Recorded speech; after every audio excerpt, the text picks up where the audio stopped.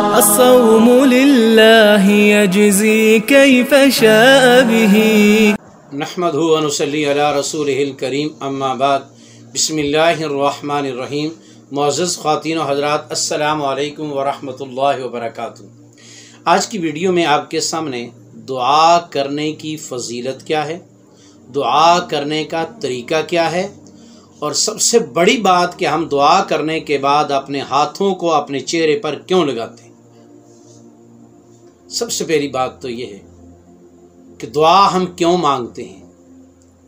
نبی کریم صلی اللہ علیہ وسلم نے دعا کی اہمیت بیان کرتے ہوئے فرمایا الدعاء مخ العبادہ، دعا ہی عبادت ہے۔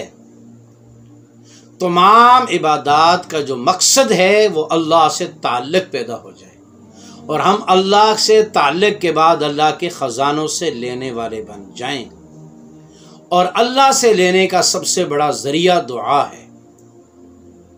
لہذا جو آدمی دعا سے عاجز آ گیا وہ خیر سے عاجز آ گیا، اور جس کو دعا مانگنی آ گئی اس کو اللہ کے خزانوں سے لینا آ گیا۔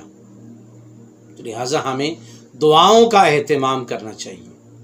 ہمارے نبی علیہ السلام نے مسلمان کو ہر موقع کی دعا سکھائی ہے، اور اس کے الفاظ بھی خود بتا دیے ہیں۔ ان الفاظ کے ساتھ تم دعا مانگا کرو، ہمیں الفاظ بھی بتا دیے۔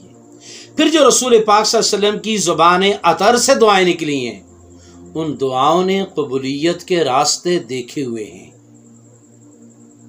وہ قبول راہیں دیکھ چکی ہیں، کیونکہ سرکار دو عالم کی تمام دعائیں اللہ کے یہاں قبول ہیں۔ تو اس لیے اگر نبی علیہ السلام کی بتائی ہوئی دعائیں ہم مانگیں گے تو ان دعاؤں نے قبولیت کے راستے دیکھے ہوئے ہیں، ہماری دعا بھی ان کی دعا کے صدقے قبول ہو جائے گی۔ تو ہمیں دعاؤں کا اہتمام کرنا چاہیے، ہر معاملے میں دعاؤں کا اہتمام کرنا چاہیے، اور بالخصوص موقع مال کی دعاؤں کو پڑھنا اور یاد کرنا ہمارے اوپر لازم ہونا چاہیے۔ تو دعا کی بہت بڑی اہمیت ہے، دعا ہی کو عبادت قرار دیا گیا ہے۔ دوسری گزارش یہ ہے، دعا کرنے کا سنت طریقہ کیا ہے، کیونکہ ہم معاشرے میں دیکھتے ہیں مختلف انداز سے مختلف لوگ دعائیں مانگتے ہیں۔ مالک بن دینار راوی ہیں، مالک بن یسار رضی اللہ تعالیٰ عنہ راوی ہیں، وہ فرماتے ہیں کہ نبی کریم صلی اللہ علیہ وسلم نے ارشاد فرمایا جس وقت تم اپنے اللہ سے مانگو تو اس سے اپنے ہاتھوں کے اندرونی رخ کے ذریعے مانگو۔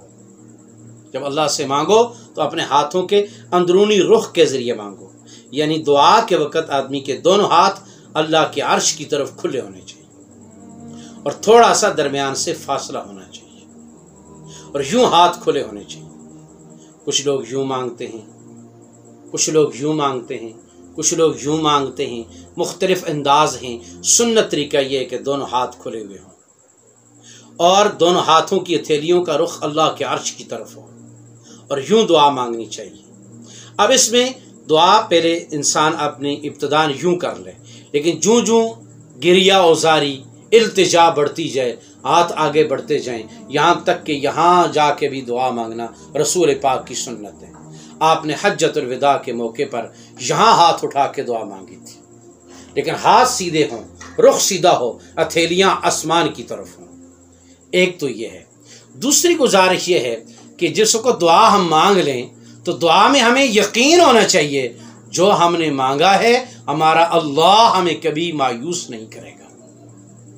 جب یہ یقین ہوگا تو پھر ہمارے مسائل حل ہوں گے۔ تیسری بات یہ ہے کہ نبی علیہ السلام نے فرمایا جب تم دعا مانگ چکو تو مانگنے کے بعد پھر دونوں ہاتھوں کو اپنے چہرے پر پھیر لو، جو خیریں اللہ نے تمہارے ہاتھوں پہ ڈالی ہیں اس خیروں سے تمہارا چہرہ بھی مستفید ہو جائے۔ اس لیے خود نبی علیہ السلام نے یہ تعلیم ارشاد فرمائی ہے کہ دعا کے بعد اپنے ہاتھوں کو اپنے چہرے کے اوپر ملو، کہ جو خیریں اللہ پاک نے تمہاری ہتھیلیوں پر اتاری ہیں دعا کے درمیان، اس سے تمہارا چہرہ بھی مستفید ہو جائے۔ اللہ ان باتوں کو ہمیں سمجھ کر عمل کی توفیق نصیب فرما دے۔ السلام علیکم ورحمۃ اللہ وبرکاتہ۔